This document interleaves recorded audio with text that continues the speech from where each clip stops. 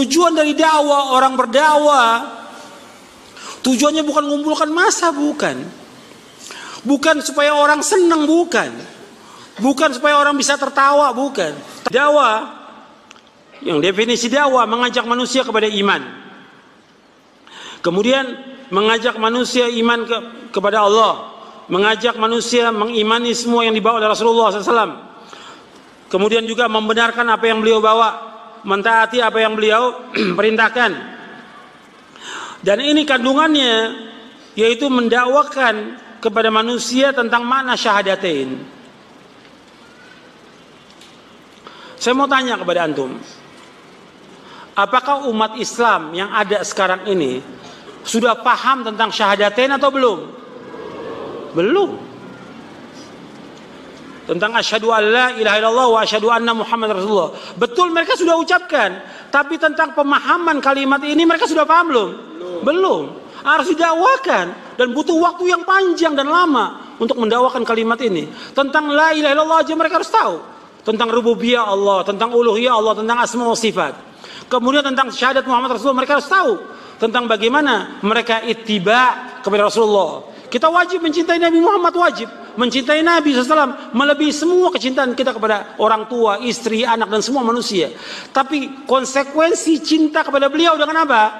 Ittiba, mengikuti Nabi Muhammad SAW. Tidak boleh mengikuti ustadz, nggak boleh mengikuti dai, nggak boleh mengikuti kiai. Yang wajib kita ikuti adalah Nabi Muhammad SAW. Itu konsepnya. Jadi itu harus diajarkan berulang-ulang kepada umat ini. Makanya disebutkan di sini Syekhul Islam bahwa kandungan ini yaitu mendakwakan kepada manusia tentang syahadatain, tentang asyhadu an la ilaha illallah wa asyhadu anna Muhammad Rasulullah, mendirikan salat. Ini juga umat Islam harus belajar tentang bagaimana mengerjakan sholat sesuai dengan sunnah Rasulullah SAW. Karena Nabi bersabda SAW, "Sallu kama ra'aitumuni usolli." Hendaklah kalian sholat sebagaimana kalian melakukan sholat. Kemudian wa itaiz zakat, mengeluarkan zakat. Mereka juga harus tahu bagaimana mengeluarkan zakat. Wa shaumi Ramadan, puasa di bulan Ramadan. Wa hajjil bait, dan haji ke Baitullah. Wa da'wa ilal imani billah wa malaikati wa kutubi rasulih.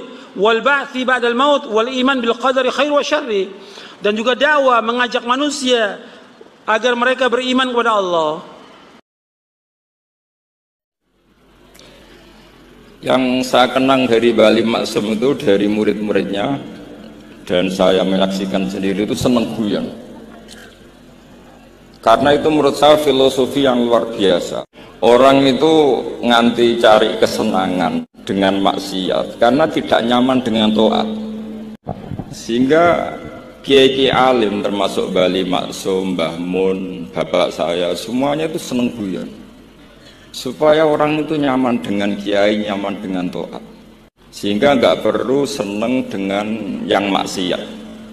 Tapi sekarang banyak orang membawa Islam itu dengan keras. Saya masih ingat wasiatnya bapak, hak kena ngaji guyon naik, ngomong bingung mikir utang katanya gitu ya. Dan Mbah Maksum itu masyhur seneng guyon. Bapak saya itu pernah ngajak saya mau ke pondok, santri-santri pas guyon itu kembali.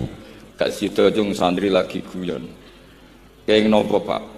Guyon itu barang mewah. Santri itu kadang telat wesel radi duwe. Iso guyon itu luar biasa. Makanya jangan diganggu. Meskipun resikonya keterusan guyon double kayak tadi. Jadi itu sanad itu. Jadi itu sanad yang luar biasa. Jadi sebetulnya guyon tadi ada filosofi yang luar biasa supaya orang itu faroh bitoat atau faroh bima ahlahu, sehingga ada ayat qul bi fadlillah wa bi rahmati fa bidzalika falyafrahu, sehingga orang itu tidak perlu senang lewat maksiat, hura-hura lewat maksiat. Kita cium tangannya Mbah Maksum sudah senang, cium tangannya Mbah Ali senang. Itu santri kalau ketemu Mbah Hamid nyium tangan itu lebih senang ketimbang nyium tangan artis. Karena kalau nyium tangan astagfirullah kan sedikit tersiksa. Tapi kalau nyium tangannya Mbah Hamid itu dikenang sepanjang masa. Ini yang harus kita gerakkan fi zamanil akhir. Jadi orang harus terbiasa senang bitoat. Saya tuh kalau sudah belajar tafsir misalnya, karena itu sesuatu yang saya tekuni. Saya belajar tafsir tidak lazim ya, tidak pakai kitab tafsir terus, tidak, seringnya pakai fikih. Ya karena saya punya guru Mbah Maimun adalah putra Ki Suger Al-Faqih. Saya punya guru bapak saya sendiri, punya guru-guru wali. Jadi saya ini punya jalur ulama, punya jalur wali. Sehingga kemungkinannya saya itu kalau nggak ulama ya wali atau gaduh-gaduh nggak jelas itu karena saking banyaknya.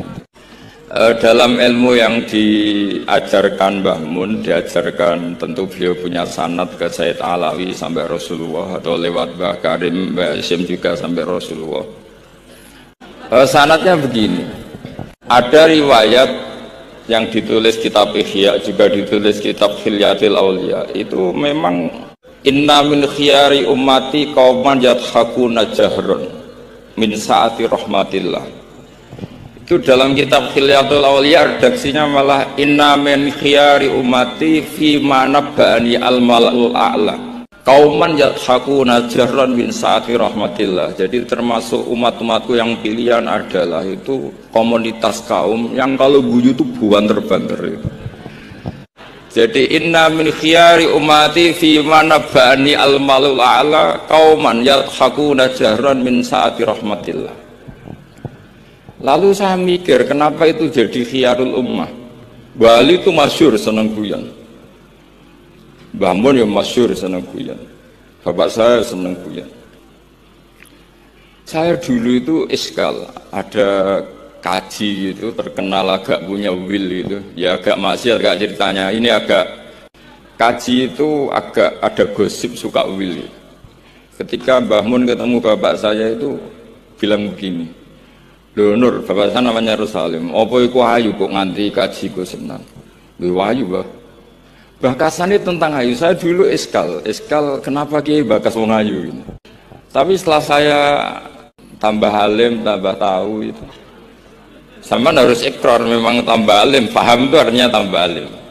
Akhirnya Mbah Mun cerita gini, nah aku kefikian malah jadi qadhaf. Jadi qadhaf misalnya gini ya, Anda terlalu Islam serius, pasti komentarnya gini, kaji kok demenan, kaji kok katut wedoan.